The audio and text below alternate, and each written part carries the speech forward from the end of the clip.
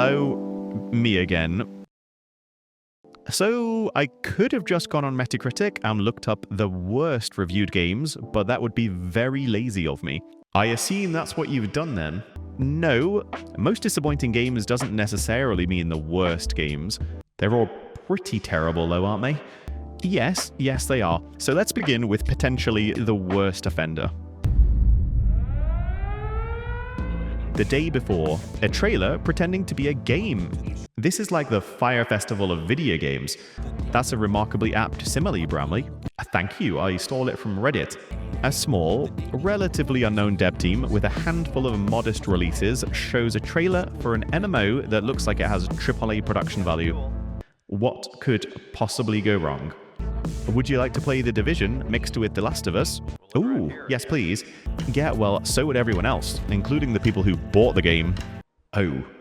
Fantastic announced The Day Before on January 2021, and by May 2022, it had become the most wishlisted game on Steam.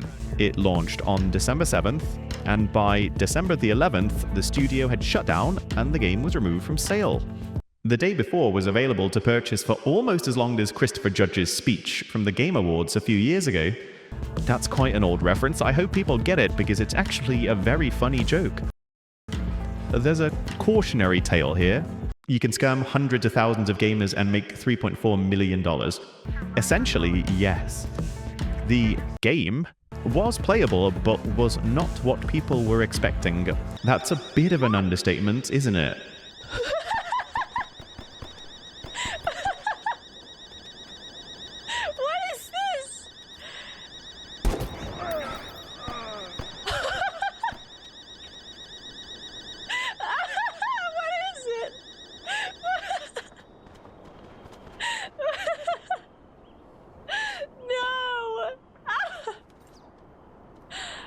He's flying! Did anyone mention her colossal bottom? Yes, lots of people mentioned it. Good, I just wanted to make sure. What makes this even more bizarre is that since the game's announcement, Fantastic managed to reveal another game, Prop Night, advertise their Team Like Out Continent. With the Continent app, our team works from all over the world. Apologized to everyone, closed down their studio, announced their comeback with Fantastic 2.0. It's fine, they have a PDF, launch a new Kickstarter for another game, Escape Factory, cancel that, and then announce another game, Items, which is currently missing in action. And after all this, everyone online extols the virtue of hindsight and said, never have we witnessed a disaster happen which was so predictably foreseeable. Thank you, Internet. Bill the Rocket Boy, not this fascist, was making a metaverse game called Everywhere with a budget of roughly $500 million. It was Web3. Is that some sort of NFT scam? Probably. Speaking of NFT scams, buy my NFTs. Will they make me rich? Not financially. What do they do? I have no idea. However, from inception to release, it was constantly changing. From scope to tech, they eventually dropped the Web3 part. That's a shame. Mind's Eye was originally meant to be a game inside Everywhere, a showcase of what their platform could do, but the metaverse never materialized, funding dried up, and eventually they just released Mind's Eye by itself. Someone generously described Mind's Eye as the best PS3 game of 2025, which is pretty succinct. When it launched, it was an unplayable, buggy mess. It just goes to show that people with all the money don't necessarily know what they're doing, and we would maybe benefit by replacing them all with literally anyone. I wonder how many Americans will get that reference. Presumably, the bosses over at Build the Rocket Boy issued an apology to fans, right? Not quite. They accused the negative reviews of being part of a concerted paid effort to destroy the company, and blamed saboteurs acting from within. Oh, a conservative self-victimization conspiracy. Exactly, which, as you can imagine, went over really well with everyone. This is why PR departments exist. These guys clearly learnt nothing from Peter Molyneux and Sean Murray. Mind's Eye wasn't a complete failure, though. To quote Sun Tzu from The Art of War, no one is completely useless, since one can always be used as a bad example, if nothing else. Sun Tzu is pretty on the ball when it comes to video games, isn't he? I know some of you love this game, but bear with me. There. Get it, because yeah. No Man's Sky used to be a case study on overpromising and underdelivering. It's now a case study in how to regain lost trust from your player base. It's perhaps the only game on this list that has a redemption arc. You still don't like it though, do you? No. In fact, I made a whole video about why I hate it. Okay, brief history lesson. No Man's Sky came out in 2016 and promised everything you could ever want. Procedurally generated planets, near infinite star systems, multiplayer exploration, combat, trading, spaceships, basically your dream space game. It was not well received. The game at launch was as wide as an ocean, but deep as a puddle. Repetitive grind, boring menus, and the annoying suit constantly shouting at you. Protection falling. Yeah, I know, Karen. You landed on a planet, walked around, realized everything looked the same, mined some rocks, managed some boring inventory menus, and left. Will you be able to play with your friends? Yeah. 2 No Man's Sky players have attempted and failed to meet up in the game. People tested it. T-players literally stood on the same spot. They couldn't see each other. Sean could have taken his vast fortune, f***ed off to another country, bought a solid gold house, and lived in luxury for the rest of his life, but he didn't. And anyway, who can stay mad at Sean with his cheeky little grin? You dig scamp, you dig lying scamp. Sorry, they went from mostly negative reviews to very positive.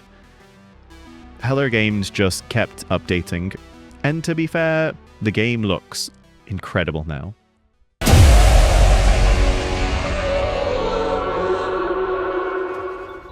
I'd actually like to throw in a rare compliment. Anthem's flight mechanics and combat are actually borderline fantastic. Every ability chained into the next with a satisfying rhythm. Every animation flowed cleanly into the next. And the way you could change direction on a dime made traversal feel fluid and expressive. It all made for incredibly dynamic and engaging gameplay. It genuinely might be one of the best feeling movement systems in any AAA game of that generation. If you only played Anthem for an hour or two, you could be forgiven for wondering what was wrong with it. Unfortunately, it was so endlessly repetitive. You see almost everything this game has to offer within the first 5 hours and then have to repeat it until your soul leaves your body. Joke's on them, there's no such thing as souls, and we all die alone. Anyway, I honestly cannot fathom how a game whose world feels so good to traverse, it's so immeasurably dull. It's genuinely impressive. And this is a BioWare game too, a studio known for rich, choice-driven narratives and character relationships.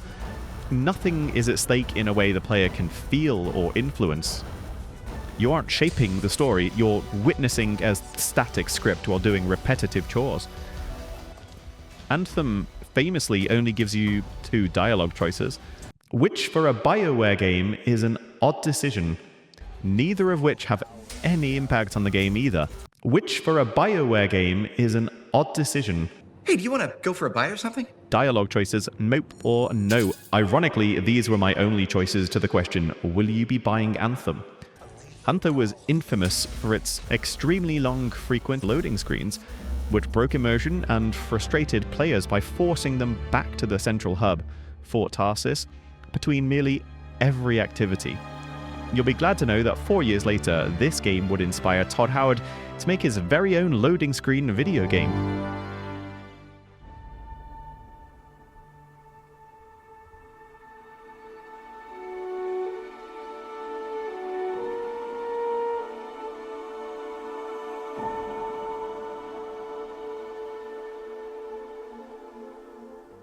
If you've watched any of my other videos, you might know I have opinions about Starfield.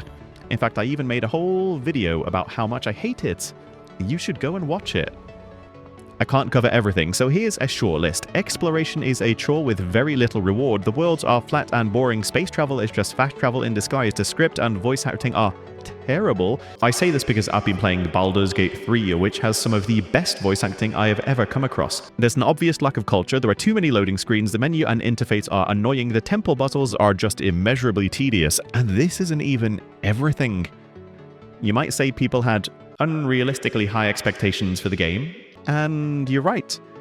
But Bethesda are the ones who set those expectations. Over 100 systems, over 1,000 planets, our most ambitious game ever. Have you attached Sean Murray to his nipples? No. Exploration is non-existent. You see that scientific research facility over there? The one you've come across on every single planet you visited? Yes. Do you know how we're going to get there? Are we going to very slowly meander over there having no fun on the way? We are. Travel is a chore. We were promised a space exploration adventure with 1,000 planets to explore. And while we got the planets, we got nothing else.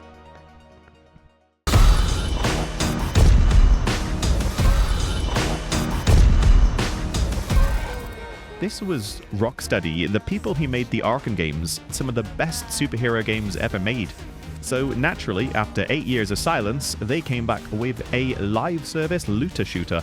Oh, of course they did. People were expecting a story-driven single-player superhero game, carefully crafted levels, strong writing and characters, and what they got instead was a battle pass. Is this supposed to give me a migraine? No, I think it's supposed to give you seizures. Do you know what I love? Shooting purple things and vehicle escort missions? I like the boss fight against Superman where you shoot him with a gun. Really? No. Thematically, it's a mess. The tone is weirdly mean-spirited, and I just can't get over Captain Boomerang using a shotgun. The man has exactly one character trait, being utterly f***ing insufferable. Well, yeah, there is that, but also boomerangs. Oh, yeah, Captain Boomerang. Yeah, no, I get it now. I guess we'll just have to wait another 8 years for Rocksteady to try again. Suicide Squad feels like another live service cash grab with repetitive gameplay and expensive cosmetics. Oblivion, you ruined everything with horse armor, which reportedly lost Warner Brothers $200 million. As Suicide Squad is currently on sale for £4.89, reduced from 70 quid. That's a bargain right there. Are you going to buy it? No. I'll sum up my feelings towards Suicide Squad by saying I would rather be playing Anthem.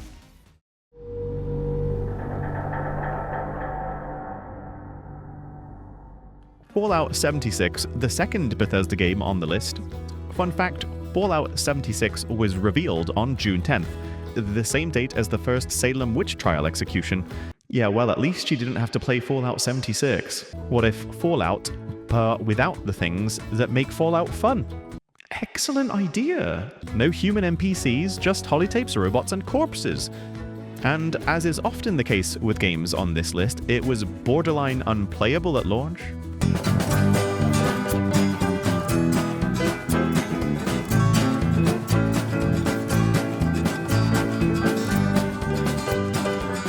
It just works.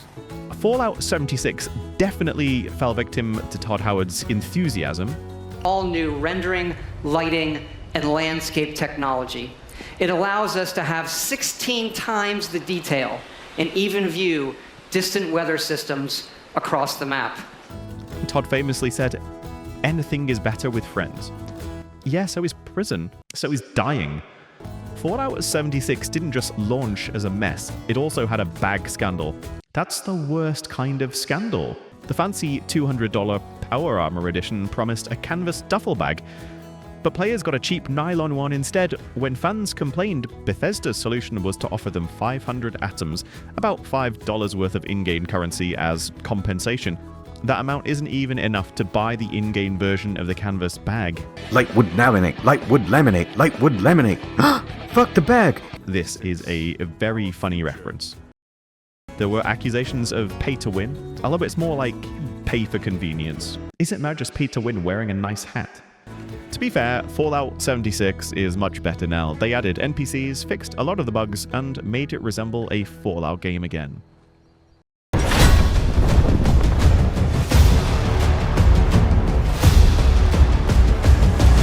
Did you like pirate games? Yeah. Do you want to sail the high seas and plunder treasure? Yeah, okay. Do you want to wait 11 years for it to come out? What? No.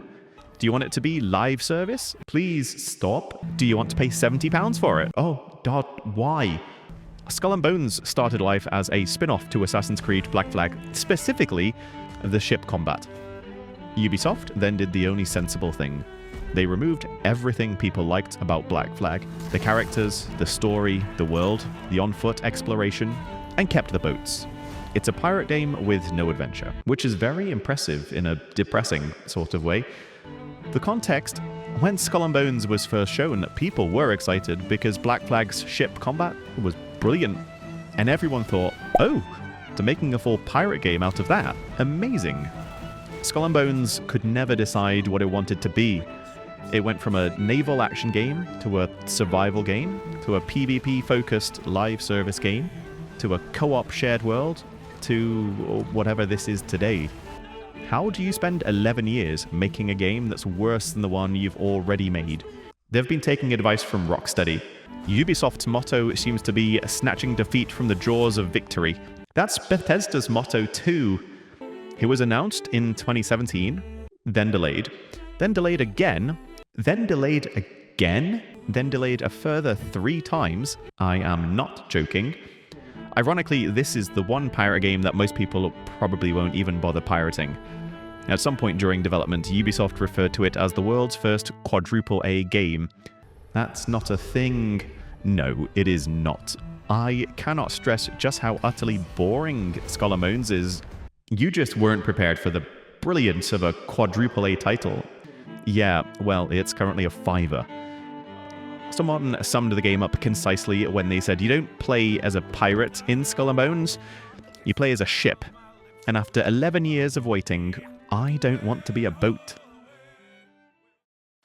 And our final entry is Peter Molyneux. He's not a game, but he is disappointing. I've just noticed most of the games on this list are live service games. Make of that what you will, I guess. Thanks for watching.